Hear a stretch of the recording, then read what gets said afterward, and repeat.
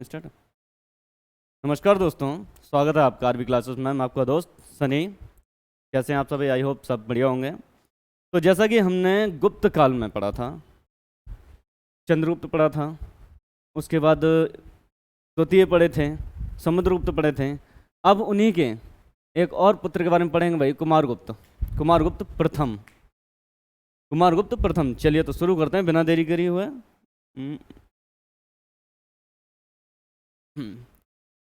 देखिए, कुमारगुप्त प्रथम का शासनकाल कहाँ तक है भाई? 415 से 455 ईसा पूर्व तक, ठीक है ना।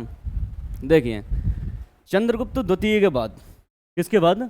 चंद्रगुप्त द्वितीय के बाद कुमारगुप्त प्रथम गद्दी पर बैठे। किसके पुत्र थे ये? इनकी जो पत्नी थी ध्रुव देवी, किसकी? चंद्रगुप्त द्वितीय की ध्रुव देवी, उनकी संतान थी ये, ठीक है। इनका एक बड़ा पुत्र भी था, मतलब कि कुमारगुप्त का बड़ा भाई था। कुमारगुप्त का बड़ा भाई जो कहाँ था? वैशाली का राज्यपाल। वो वैशाली का राज्यपाल था उस समय, जिस समय ये गद्दी पर बैठे थे, ठीक है। अभी तक कुमारगुप्त के ऐसे गुप्त काल में पहला ऐसा शासक है जिसके अभिलेख सबसे ज़्यादा मिले हैं। इतने अभिलेख गुप्त काल में किसी के नहीं हैं। गुप्त काल में इतने अभिलेख किसी के नहीं हैं जितने इसके अभिलेख हैं। दोस्तों, गुप्त काल की जानकारी ज़्यादातर अभिलेखों से ही मिलती है, उनके वर्णन से, ठीक है। चलिए, अब इनके कुछ महत्वपूर्ण हैं, जानते हैं इनके अभिलेख। पहला अभिलेख कौन सा? भेलसड़ अभिलेख। भेलसड़ अभिलेख ये प्रथम अभिलेख था इनका, ठीक है। इसमें जानकारी किसकी मिलती है? इनके वंशावली की। जो ये अभिलेख हैं, यहाँ से पता चलता है कि गुप्तों की वंशावली क्या थी, इनकी चर्चा वगैरह सब मिलती हैं। और बात की जाए कहाँ पे थी, कहाँ पे है, देखिए भिलसाड़ कहाँ पे है? उत्तर प्रदेश के एटा ज़िले में। यूपी का एक जिला है एटा, वहाँ पे ये अभिलेख स्थित है, ठीक है ना। और इस अभिलेख में संवत 96 115 तक वो तिथि भी अंकित की गई है, ठीक है ना, अंकित की गई है। चलिए, इलाहाबाद ज़िले में, मतलब इलाहाबाद के ज़िले में एक मंदिर है गढ़वा। गढ़वा, वहाँ से कुमारगुप्त के 2 शिलालेख मिले। कितने? 2 शिलालेख मिले। दोस्तों, कुमारगुप्त के अभिलेख सबसे ज़्यादा इसलिए मिले क्योंकि इनका कार्य भी ज़्यादा था, इन्होंने काम भी बहुत सारे किए। और जितने भी गुप्त काल में जितनी भी जानकारियाँ मिली हैं वो अभिलेख और शिलालेख से ही प्राप्त हुई हैं, ठीक है ना। लिखित वर्णन है लेकिन इतना नहीं जितने अभिलेखों में से है, ठीक है। नेक्स्ट भाई, दूसरा अभिलेख देखिए। दूसरा अभिलेख देखो भाई, मंदसौर अभिलेख। कौन सा? मंदसौर अभिलेख। दोस्तों, इस अभिलेख में पहले देखिए स्थित कहाँ है भाई? मंदसौर प्राचीन मालवा में स्थित है। प्राचीन मालवा में ये स्थित है, जिसका एक नाम और है दसपुर। जिसका एक नाम क्या है? दसपुर भी है। दसपुर यह लेख प्रशस्ति के रूप में है, जिसकी रचना किसने की थी? मंदसौर अभिलेख की रचना करके किसने की थी पूछा जाए तो भाई किसने की थी? वत्स भट्टी ने। किसने? वत्स भट्टी ने इसकी रचना की थी, ठीक है। और ये थे कौन? संस्कृत के विद्वान थे, मतलब प्रकांड विद्वान। अगर बात कीजिए प्रकांड, ये जो शब्द आता है मतलब निपुण थे उसमें, जैसे बोलते हैं ना, एकदम टॉप लेवल के विद्वान थे। किसमें? संस्कृत में, ठीक है। अब उसमें है क्या? देखो, कुमारगुप्त के राज्यपाल वंतु वर्मा तथा सूर्य मंदिर के निर्माण का वर्णन मिलता है। अब याद रखने योग्य इसमें क्या चीज़ें हैं, ये याद रखने। देखो, राज्यपाल वंतु वर्मा, ये तो बहुत ऊपर लेवल हो गया, ठीक है ना, ऐसे ही पूछे। लेकिन हाँ, सूर्य मंदिर के निर्माण की अगर बात की जाए कि किस अभिलेख में है, किसके अभिलेख में है, तो क्या कहेंगे? मंदसौर अभिलेख में सूर्य मंदिर के निर्माण की हमें जानकारी मिलती है। किसके समय? कुमारगुप्त, वो भी प्रथम, ठीक है ना। चलिए, अब नेक्स्ट जो इनका अवलेख है करमदंडा अवलेख। करमदंडा अवलेख। अब करमदंडा अवलेख कहाँ पे है? उत्तर प्रदेश के फैज़ाबाद जिले में। उत्तर प्रदेश के फैज़ाबाद जिले में स्थित है यह अवलेख, ठीक है ना। अब यहाँ पे है क्या?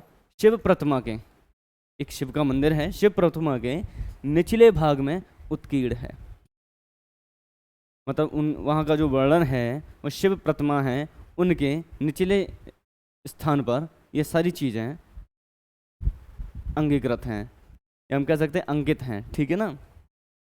इस प्रतिमा की स्थापना, इस प्रतिमा की स्थापना कुमार गुप्त के मंत्री, कुमार गुप्त के मंत्री थे पृथ्वी सेन, उन्होंने की थी। किसने की थी? कुमार गुप्त के मंत्री थे पृथ्वी सेन, उन्होंने इसका निर्माण किया था, ठीक है ना। नेक्स्ट अवलेख पे चलते भाई, मन कुंवर अवलेख। मन कुंवर अवलेख, इस अवलेख ये है कहाँ पे? देखो मन कुंवर कहाँ पे? इलाहाबाद जिले में, उत्तर प्रदेश के इलाहाबाद जिले में स्थित है मन कुंवर, ठीक है ना। यह बुद्ध प्रतिमा के निचले भाग में स्थित है, मतलब उधर से मंदिर, उधर से प्रतिमा के नीचे निचले स्थान पे लिखा था, और यहाँ पे बुद्ध भगवान की एक मूर्ति है जहाँ पे नीचे लिखा हुआ है या उत्कीर्ण है या अंकित है, ठीक है दोस्तों। अब इस मूर्ति की स्थापना किसने की भाई? वहाँ पे तो उनके मंत्री थे पृथ्वी सेन, उन्होंने कर दी थी। अब इसकी इसकी किसने स्थापना किसने की थी? एक बुद्ध मित्र नामक, उनका नाम था बुद्ध मित्र, ठीक है ना, बौद्ध भिक्षु द्वारा करवाई गई थी। किसने की थी? बुद्ध मित्र ने इसकी रचना की थी, ठीक है। अब नेक्स्ट पे चलते हैं भाई, मथुरा का अभिलेख या मथुरा का लेख। अब देखिए यहाँ पे हम लोगों को क्या जानकारी मिलती है।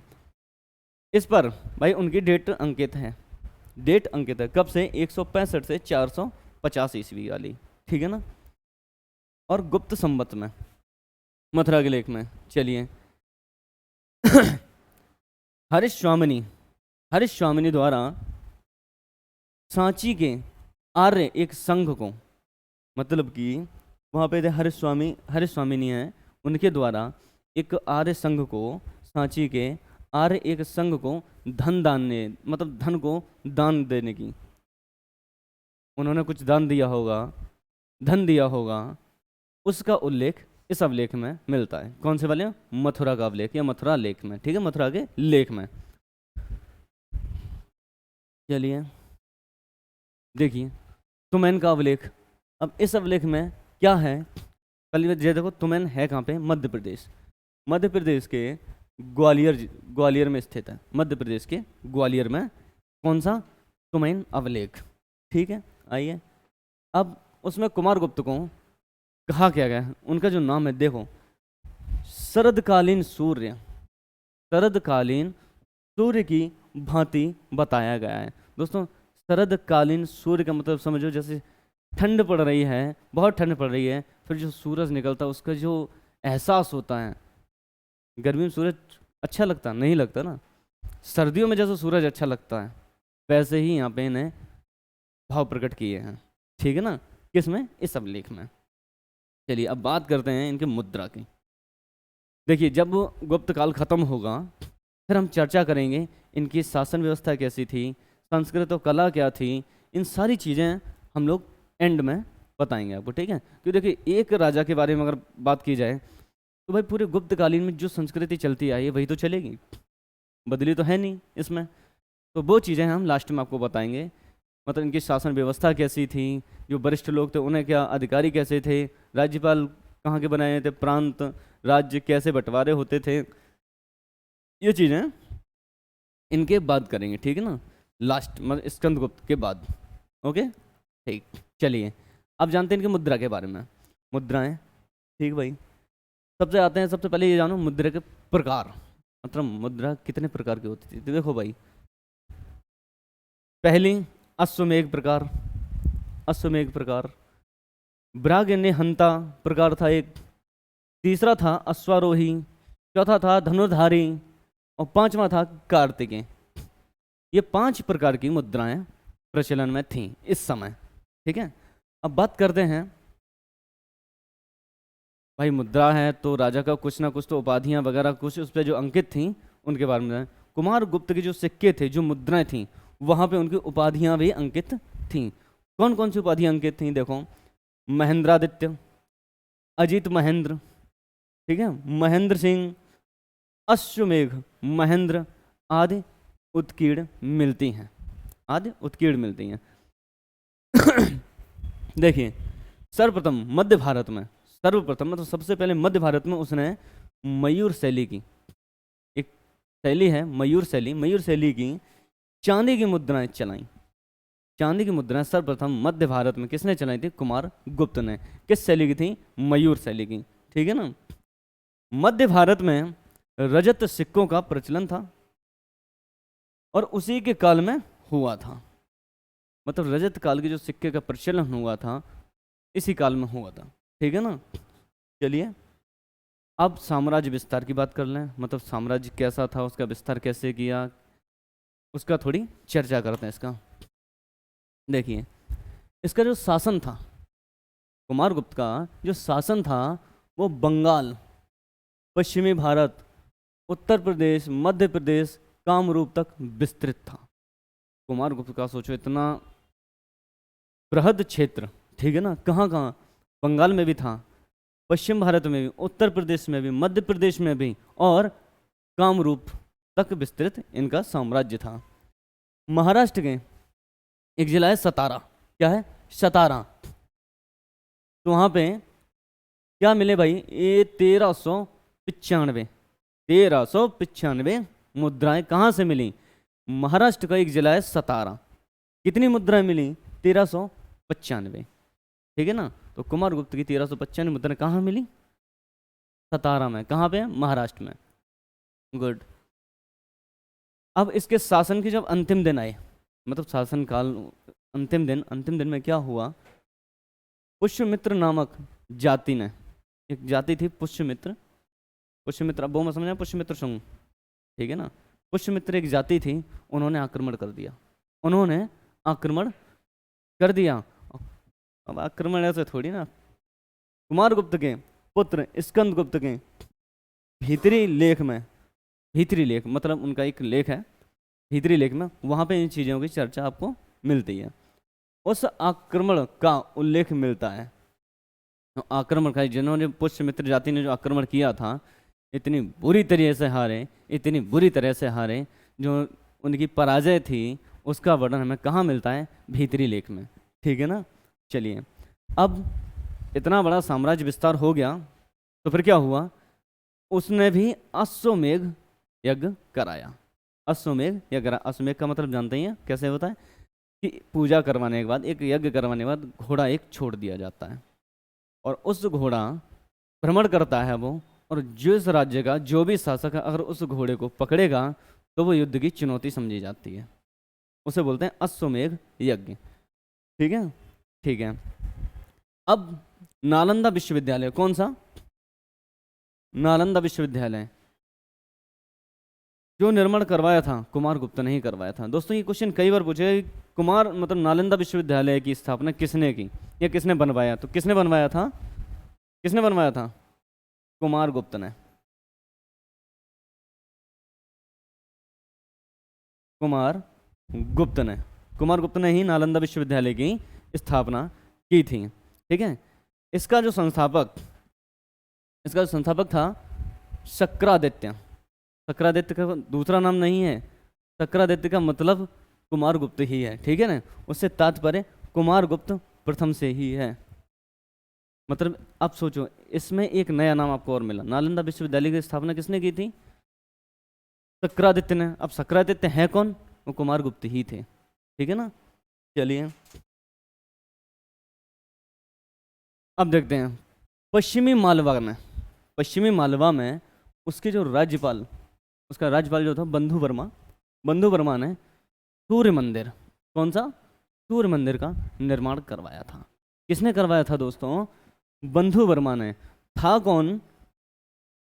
राज्यपाल। कहाँ का? पश्चिमी मालवा का, ठीक है ना। किसके शासनकाल में? कुमार गुप्त के शासनकाल में, ठीक है ना। अब पता कहाँ से चलता है? आपने देखा था सूर्य मंदिर का निर्माण की जो वर्णन है, जो उल्लेख है, कहाँ पे? मंदसौर अभिलेख में, मंदसौर अभिलेख में, वहीं पे इसकी चर्चा मिलती है, ठीक है ना।